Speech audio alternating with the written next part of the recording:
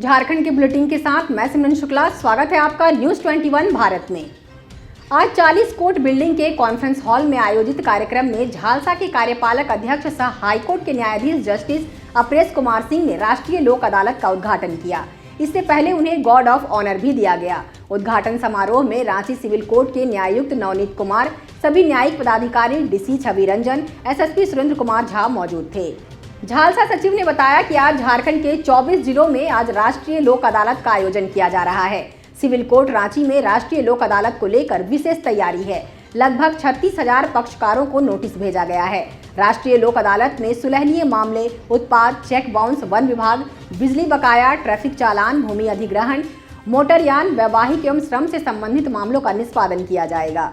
एक नाबालिग के सीने पर चाबी घोंप कर उसकी हत्या कर दी गई। यह घटना राजधानी रांची के कांके की है।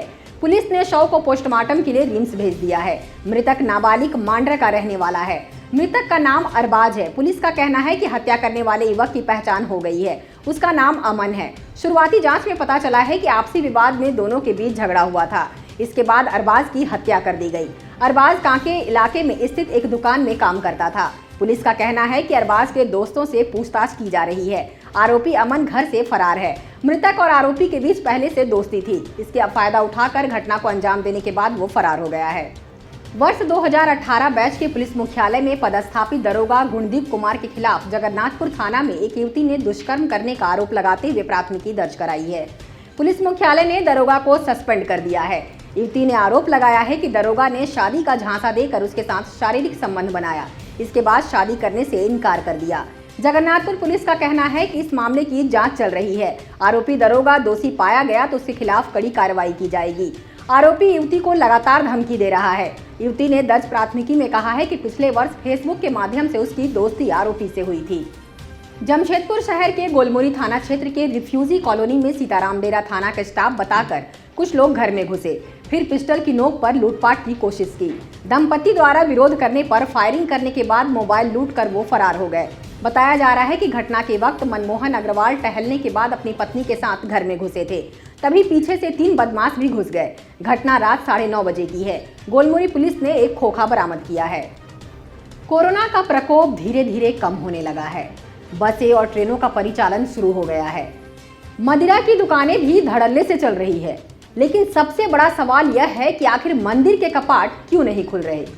आज के ज़माने को लोग कलयुग के नाम से जानते हैं, क्योंकि आप देख रहे होंगे कि कहीं प्रलय, कहीं बाढ़, तो कहीं उफान, तो कहीं सूखे के हालात उत्पन्न हो रहे हैं। विशेषज्ञ मानते हैं कि मानव द्वारा की गई गलतियों का प्रारूप आज देखने को मिल रहा है। यह सब विपदाएं घट रही है। आप इसे एक लहजे में जोड़कर भी देख सकते हैं कि जहां शराब के ठेके खुले हों, सब कुछ धीरे धीरे अनलॉक हो चुका है, लेकिन भगवान का दरवाज़ा अभी भी बंद है। घोर कलयुग है कि नहीं, हम आप पर छोड़ते हैं। ज़रा सोचिएगा। मंदिर जहां लोग आते हैं, पूजा अर्चना करते हैं, सुख समृद्धि की कामना करते हैं। हमें तो देखने सही लग रहा है कि दारू की दुकान खुलने से लॉकडाउन जब पूर्ण रूप से खुला भी नहीं, अभी तो पूर्ण रूप से खुल चुका है पूरा, लेकिन जिसमें पूर्ण रूप से खुला भी नहीं था उस समय भी दारू दुकान खुला था। और आज पूर्ण रूप से देखिए कि कोरोना बहुत ही कम हो गया है, फिर भी मंदिरों को ताला लगा हुआ है, ताला लगा हुआ है और मंदिर में भगवान को ताला के अंदर रखा जा रहा है। कोई भक्त उसमें आवागमन नहीं कर रहे। बहुत दूर दूर से पहाड़ी मंदिर में लोग आते हैं। मैं यहीं पे संतोषी मंदिर का पुजारी हूँ और थोड़ा बहुत हम भी मंदिर खोलते हैं, तो लोग आते हैं हमारे मंदिर में तो कहते हैं पंडित जी कब ये खुलेगा मंदिर।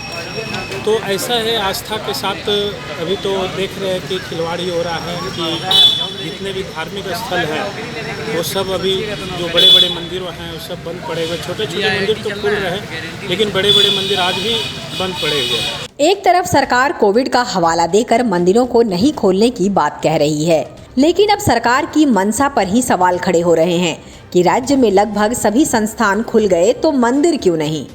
क्या सबसे ज्यादा कोरोना मंदिर से ही फैलता है? मंदिर के कपाट बंद होने से पुजारी सहित इससे जुड़े हुए व्यवसायी को आर्थिक तंगी का सामना करना पड़ रहा है।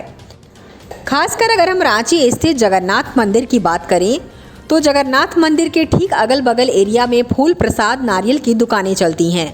मंदिर नहीं खुलने की वजह से श्रद्धालुओं की कमी देखी जा रही है, जिससे उनका व्यवसाय नुकसान में चल रहा है।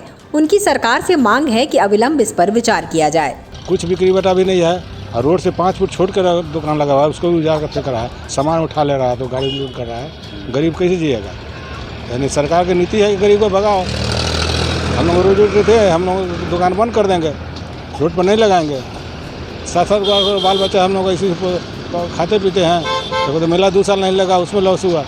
अभी भी तो बोल रही कोरोना के चलते हैं हम लोग मंदिर वगैरह नहीं खुलवा। और जगह खुल गया, यहीं खाली जगन्नाथपुर मंदिर नहीं खुल रहा है।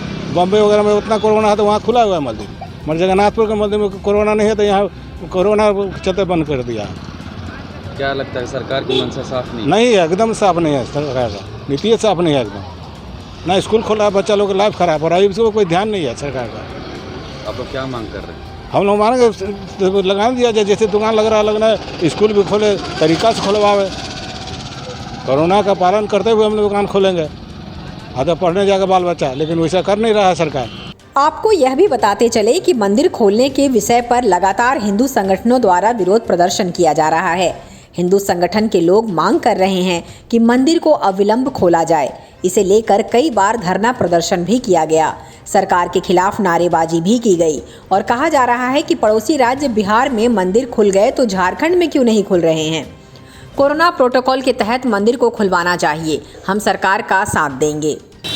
देखिए, कोरोना आया और कोरोना पूरी अपना ताकत दिखा करके मध्यम भी हुआ, उसको देखते हुए सरकार सब चीज़ खोल दिया है। दारू का दुकान, पूरा बाजार, मॉल, सिनेमा हॉल, हर चीज़ खोल दिया है। और यहाँ तक कि एक विशेष समुदाय को खुश करने के लिए सरकार आज विधानसभा परिसर में एक विशेष कक्ष बनाया है जिसको नमाज कक्ष बोला जाता है। तो आप किसी समुदाय का विशेष आराधना के लिए आप ध्यान कर रहे हैं, लेकिन दूसरे समुदाय का आराधना का आपको कोई ख्याल नहीं कि वो कैसे आराधना करे। तो ये तो एक आंख में काजल एक आंख में सुरमा लगाने वाली बात हो गई। तो सरकार को इस पर ध्यान देना चाहिए। मंदिर से बहुत लोग का रोजगार जुड़ा हुआ है, बहुत लोग का धार्मिक भावना जुड़ा हुआ है। जब आप एक किसी विशेष धर्म के लोगों का धार्मिक भावना का ख्याल कर सकते हैं, तो किसी बहुसंख्यक हैं उनके धर्म का आप भावना का ख्याल क्यों नहीं कर सकते? यह मुद्दा पक्ष और विपक्ष की राजनीतिक केंद्र बिंदु का हिस्सा भी है। इस मुद्दे पर जमकर राजनीति भी हो रही है। सत्ता पक्ष और विपक्ष के नेताओं की बातें भी सुन ली जाए। मधुशाला खुल गए, मदिरालय खुल गए, लेकिन सरकार जिद ठाने बैठी है कि हम दिवालय नहीं खोलेंगे। जनता सड़कों पर आंदोलन कर रही है। देवघर में बंद बुलाया गया। पंडा धर्मरक्षिणी सभा ने सरकार से मांग की कि बैजनाथ धाम के मंदिर के खोले जाएं, क्योंकि श्रद्धालुओं की आस्था जुड़ी हुई है मंदिर से। साथ साथ बहुत बड़ी संख्या जिनका रोजगार चलता है मंदिर के माध्यम से, वैसे लोग आज सड़क पर हैं। संक्रमण का दौर भी खत्म हो गया और सब कुछ एक आप कह सकते हैं सामान्य सी स्थिति बहाल होने पर है। लेकिन सरकार जिस तरह से अविरल रुख अपना कर रखी है, लोगों के समझ से परे है कि यह सरकार आम जनों की हितैषी है या सिर्फ तुष्टीकरण के माध्यम से यह सरकार यह संदेश देना चाहती है कि हम हिंदुओं के हित की रक्षा नहीं करेंगे। हिंदू कितने भी आंदोलन कर लें, कितने भी आवाज उठा लें, हम उनकी आवाज दबाने को तत्पर हैं। तो मैं समझता हूं कि सरकार को चेतना होगा समय रहते हुए, और हमारे विधायक भी, हमारे जनप्रतिनिधि भी इस मुद्दे को लेकर बार बार मुखर हो रहे हैं, मांग कर रहे हैं सरकार से कि मानवीय आधार पर भी आप विचार कीजिए और जो मंदिर के पट महीनों से बंद पड़े हैं पिछले 6 महीने से, उनको खोला जाए और सरकार की जो भी गाइडलाइन हो, जो भी दिशा निर्देश हो, उसको तो पालन करेंगे लोग। तो सरकार को अगर अपने तंत्र पर, अपने प्रशासन पर भरोसा नहीं है तो उसका खामियाजा आम जनों को और साथ साथ वैसे लोग जो मंदिरों के बंद रहने के कारण बेरोजगार हो गए हैं, वो नहीं सह सकते। अब वर्तमान सरकार इस पूरे मसले पर क्या निर्णय लेती है, यह देखने वाली बात होगी। न्यूज़ 21 भारत के लिए शुभम कुमार की रिपोर्ट। हजारीबाग जिला पुलिस को बड़ी सफलता हाथ लगी है। गिद्दी थाना क्षेत्र के उरीमारी से नक्सली संगठन के नाम पर रंगदारी मांगने वाले अपराधी को गिरफ्तार कर लिया गया है। गिरफ्तार व्यक्ति का नाम मोहम्मद जब्बार है। वहीं पुलिस ने जब इसके घर की तलाशी ली तो वहां से 4 सेट वर्दी, 1 सिंगल शॉट देसी राइफल, 1 देसी कार्बाइन, 8 mm का जिंदा कारतूस, 2 मोबाइल फोन बरामद किया गया है। फिलहाल पुलिस ने इसकी आपराधिक इतिहास की जांच कर रही है।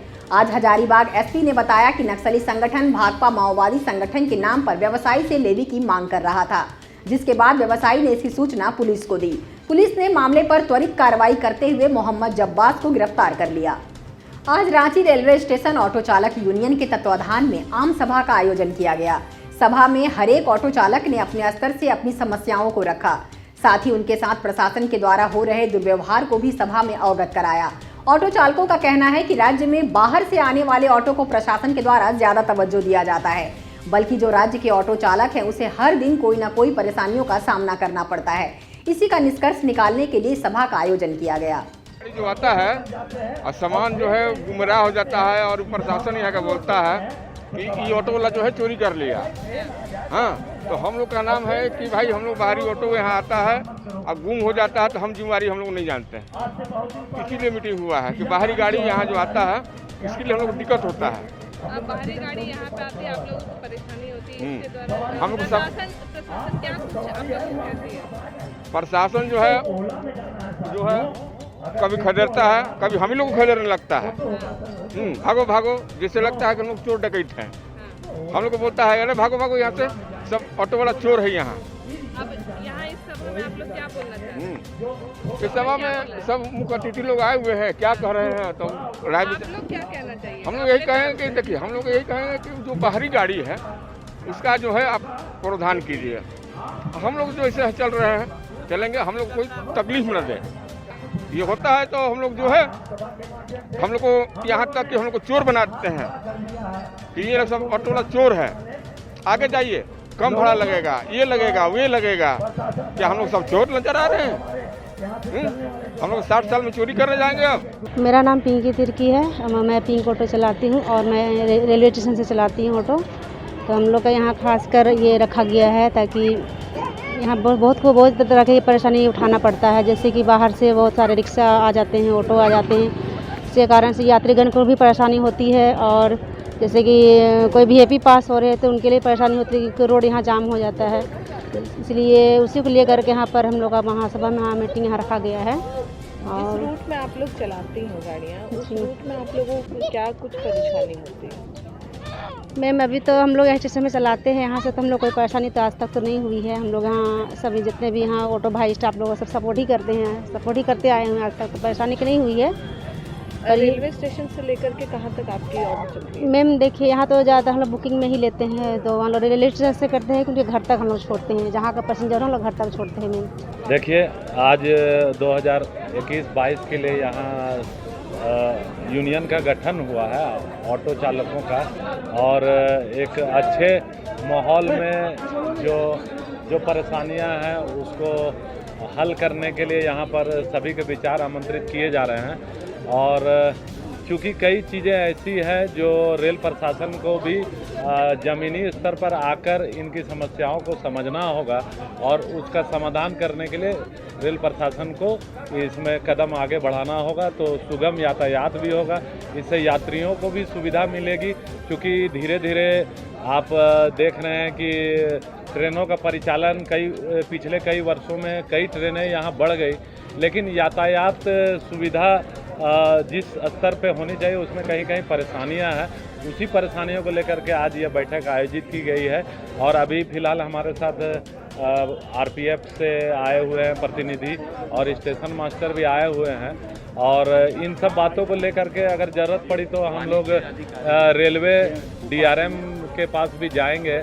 और कई चीज़ें हैं जो अगर DRM और रेल अधिकारी यहाँ पर आकर देखेंगे तो निश्चित रूप से उस समस्या का हल होगा, यात्रियों की सुविधा में भी बढ़ोतरी होगी। Private school and children welfare association Jharkhand प्रदेश एवं NSS रांची विश्वविद्यालय रांची के संयुक्त तत्वाधान में शिक्षक सम्मान समारोह आज आर्यभट्ट सभागार मोराबादी रांची में आयोजित की गई।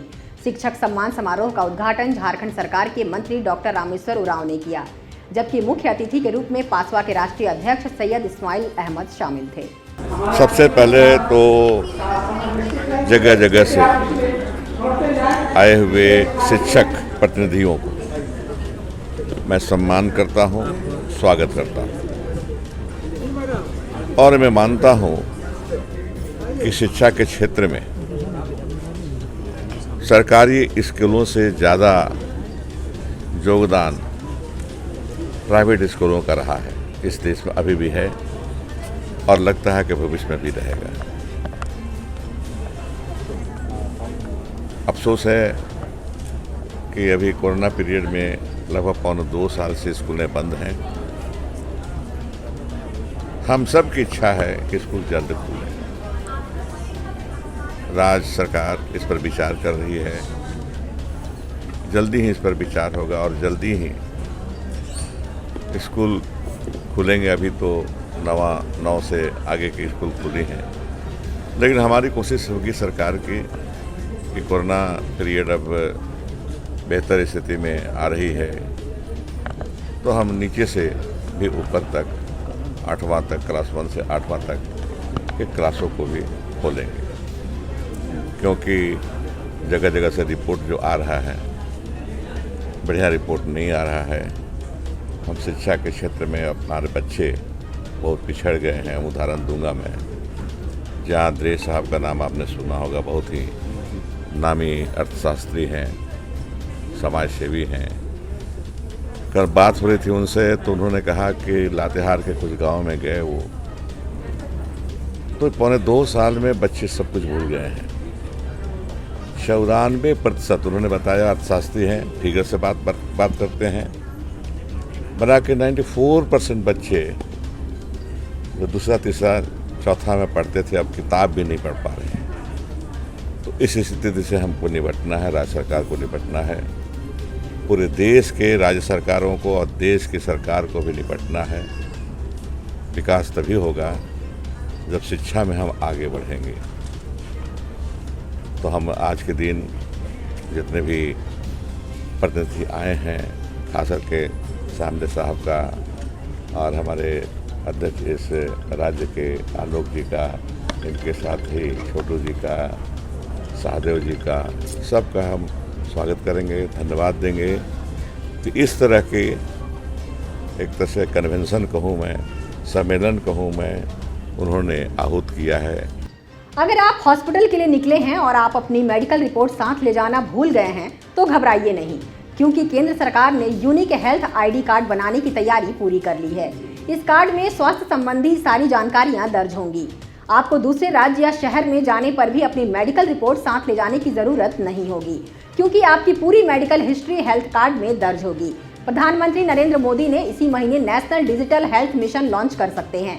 नेशनल डिजिटल हेल्थ मिशन में डॉक्टर्स, अस्पताल, लैब और केमिस्ट तक की जानकारी दर्ज होगी। इसका पायलट प्रोजेक्ट पिछले साल ही अंडमान निकोबार, चंडीगढ़, दादर नागर हवेली, दमन दीव, लद्दाख और लक्षद्वीप में शुरू हुआ था।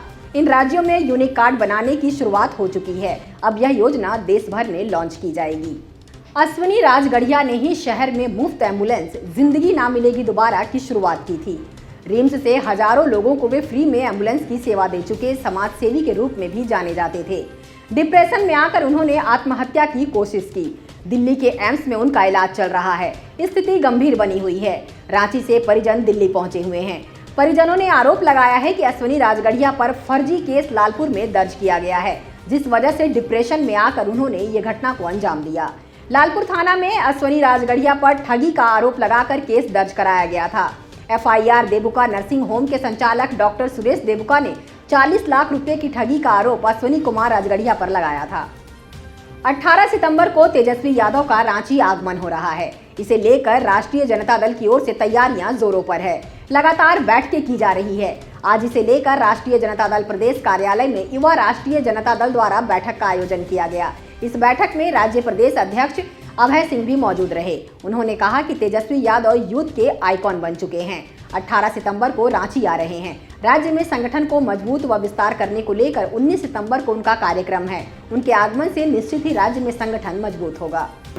18 तारीख को पटना से चल करके रांची लगभग 2 बजे रांची पहुंचेंगे और रांची में उनके स्वागत, चूँकि जो बिहार चुनाव के बाद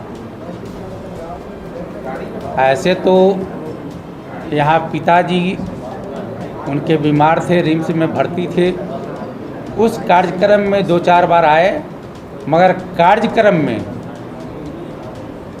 प्रथम बार आ रहे हैं और राष्ट्रीय जनता दल उनके स्वागत के लिए पूरी तैयारी में लगी है।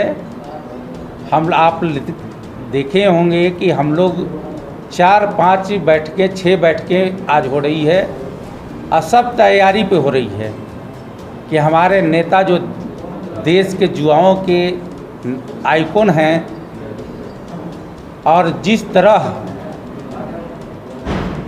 पूरे देश में छाए हुए हैं, तो वैसे नेता का आगमन 18 तारीख को हो रहा है। तो राष्ट्रीय जनता दल पूरी ताकत झोंक देगी स्वागत करने में। किस उद्देश्य को लेकर आ रहा है? उद्देश्य उनका एक ही है कि झारखंड में राष्ट्रीय जनता दल के संगठन कैसे मजबूत हो। चूँकि उन्होंने स्पष्ट तौर पे कहा है कि हर महीने 2 दिन झारखंड में देंगे, मतलब कि वो कमर कसे हैं कि झारखंड में आने वाला दिन में राष्ट्रीय जनता दल झारखंड में काफ़ी मजबूती मिलेगी। और उसी स्थिति को देखते हुए हम लोग 5-6 बैठकें किए हैं। आपने देखा कि 9 घंटा बैठक हुई और बैठक में हम लोगों ने पहले 2400 जिला में बूथ स्तर तक राष्ट्रीय जनता दल के नीति और सिद्धांत को ले जाकर के और पार्टी संगठन को मजबूत करने का हम लोगों का जो उद्देश्य है। धन्यवाद। आज जिला कांग्रेस कमेटी के अध्यक्षों की आवश्यक बैठक कांग्रेस भवन रांची में आहूत की गई थी। बैठक की अध्यक्षता प्रदेश कांग्रेस कमेटी के अध्यक्ष राजेश ठाकुर ने की तथा बैठक में कांग्रेस विधायक दल के नेता आलमगीर आलम उपस्थित रहे। बैठक के बाद मीडिया से बात करते हुए अध्यक्ष राजेश ठाकुर ने बताया कि बैठक में जिला, प्रखंड एवं पंचायत स्तर पर अब तक किए गए कार्यक्रमों की समीक्षा एवं भावी कार्यक्रमों की रूपरेखा तैयार की गई। नहीं, बिल्कुल संतुष्ट हैं। वो सिर्फ ये चाहते हैं कि जो जनहित के मुद्दे हैं, जो जमीन के मुद्दे हैं, जो पंचायत में बैठा हुआ अंतिम व्यक्ति है, उसका अगर वृद्धा पेंशन, विधवा पेंशन या कोई म्यूटेशन रुका हुआ है तो उसको करने में अगर कहीं दिक्कत होती है तो हम समझते हैं बिल्कुल बड़ी दिक्कत है। और जिला अध्यक्षों का ही नहीं, विधायकों का भी ये काम है कि जब भी कोई इस तरह की बात सामने आए तो वो हमारे संगठन में बताएं, सरकार में बताएं। और उसको आप लोगों से एक निवेदन होगा कि जब वो कोई आग्रह करते हैं, कोई बात कहते हैं, तो उसको नाराजगी में तब्दील आप लोग ना करें। कांग्रेस की छात्र इकाई झारखंड भारतीय राष्ट्रीय छात्र संगठन NSUI के प्रदेश उपाध्यक्ष इंद्रजीत सिंह के नेतृत्व में झारखंड के डिप्लोमा विद्यार्थियों के मामले को लेकर यूनिवर्सिटी में तालाबंदी की गई है।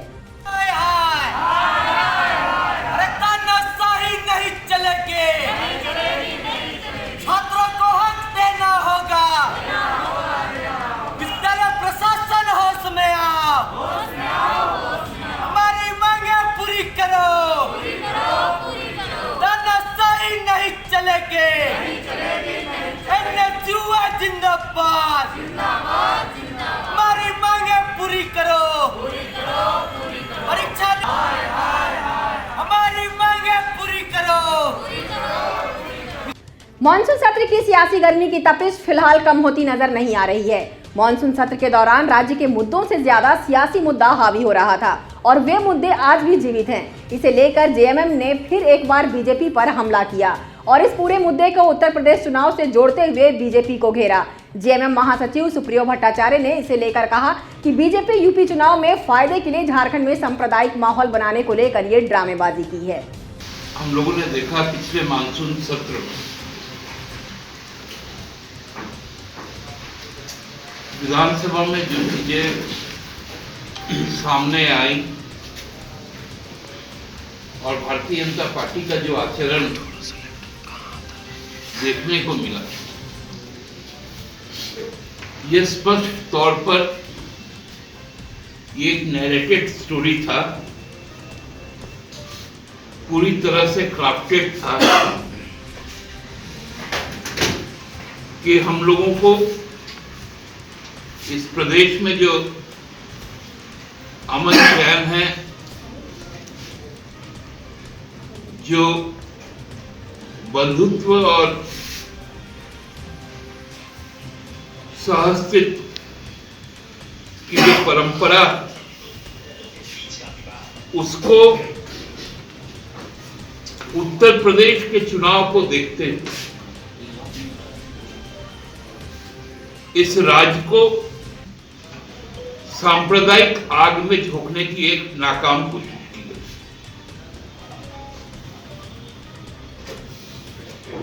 हम लोगों को यह स्पष्ट समझ आ गया था जब 3 तारीख को विधानसभा में शोक प्रस्ताव के दौरान जो उद्दंडता हुई, वो राजनीतिक उद्दंडता यह स्पष्ट कर चुका था कि राज्य के अब मुद्दे क्या होने वाले। सांप्रदायिक नारे लगाए गए, सांप्रदायिक आचरण किए गए, कर्मकांड किए गए,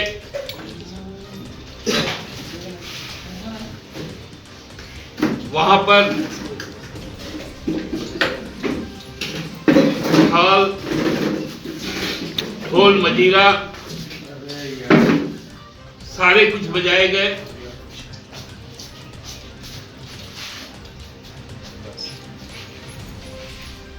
जिनको मंत्र के साथ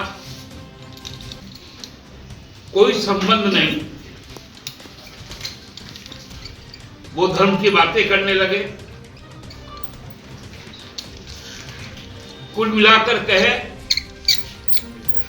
तो इस राज्य को सांप्रदायिक आग में झोंकने की कोशिश की। समझ में नहीं आता कि इन लोगों की मंशा क्या है। उत्तर प्रदेश के मुजफ्फरनगर में जो शर्मनाक दंगे हुए, उसकी पटकथा भी 6 महीने पहले से लिखी गई। नौजवानों के बीच, किसानों के बीच, दलितों के बीच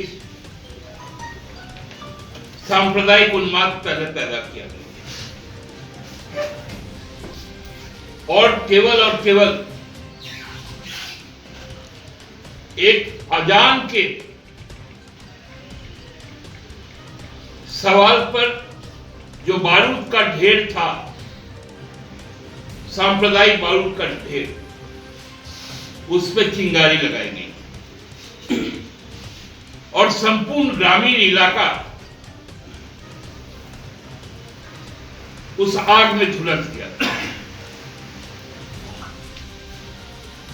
उसको रचने वाले तो केंद्र सरकार में मंत्री तक बनाएंगे। यही स्थिति यहां पर होने की पूरी एक तैयारी थी ताकि यहां के चीजों को लेकर वो उत्तर प्रदेश में उसका लाभ ले पाए। क्योंकि इस पूरे जो रचना में जो सबसे ज्यादा आक्रामक ढंग से सामने आया, उनका विधानसभा क्षेत्र उत्तर प्रदेश से सटा हुआ क्षेत्र।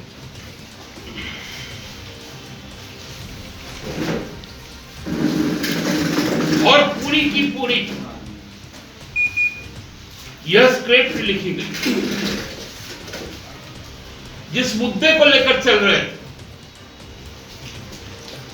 वो मुद्दा ही जिनको लेकर इन लोगों की आपत्ति थी, आज हम सलाम पेश करना चाहते हैं हमारे पार्टी के वरिष्ठ विधायक डॉक्टर सरफराज अहमद जी, जिन्होंने इस बात को पूरी ताकत के साथ कहा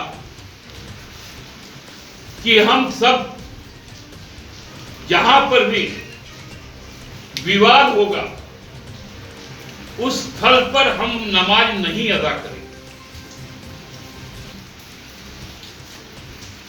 और धन्यवाद देते हैं विधानसभा के माननीय अध्यक्ष को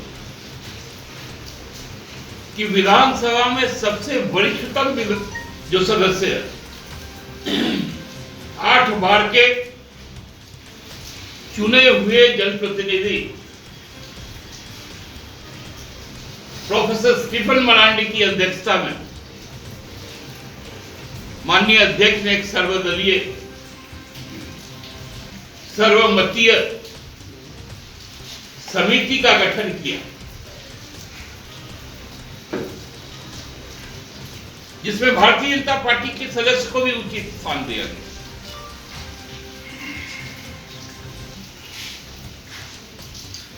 अब भारतीय जनता पार्टी को मुझे लगता है कि बिहार में भी इसकी पुनरावृत्ति करनी चाहिए, क्योंकि वो वहां के सरकार के अभिन्न अंग नहीं है, सबसे बड़ी पार्टनर, जदयू से ज्यादा संख्या उनकी।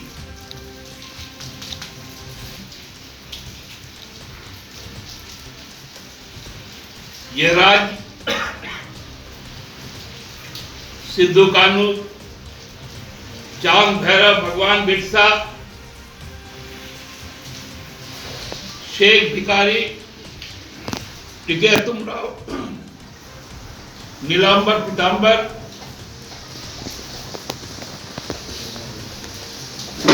मारंग गोमके, जयपाल सिंह मुंडा, निर्मल महतो, शिबू सोरेन का राज्य। यहां सांप्रदायिकता कहीं नहीं, और इस सांप्रदायिक मंशा के लोगों को साफ चेतावनी हम लोग देना चाहते हैं कि इस राज्य में आपकी दाल नहीं गलेगी। एक के बाद एक भारतीय जनता पार्टी का जिसको हम लोग अभेद्य किला कहते थे, वो अब ढेर होते जा रहा है। वाइब्रेंट गुजरात मॉडल, देवभूमि उत्तराखंड, भारतीय जनता पार्टी को वहां के लोगों का गुस्से का सामना करना पड़ रहा है और मजबूरी में मुख्यमंत्रियों से इस्तीफा लिया जा रहा है।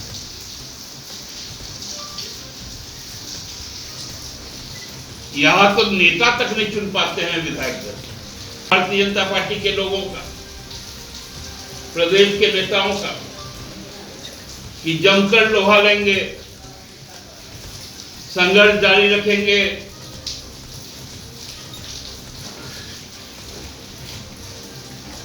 और उसके बाद रोना रो रहे थे हम पे केस क्यों करवा दिए।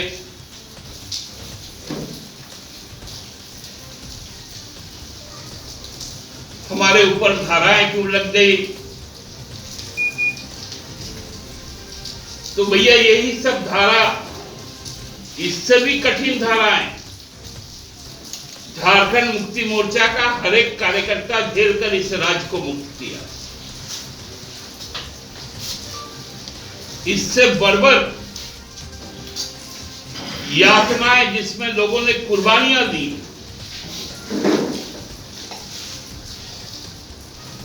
हमने झेल कर आगे बढ़ा। झारखंड के बुलेटिन में आज के लिए बस इतना ही। कल फिर हाजिर होंगे कुछ नए खबरों के साथ। तब तक बने रहिए मेरे साथ और देखते रहिए न्यूज़ 21 भारत। आपके पास भी अगर कोई खबर है जो आप हमें देना चाहते हैं तो नीचे दिए गए नंबर पर संपर्क करें।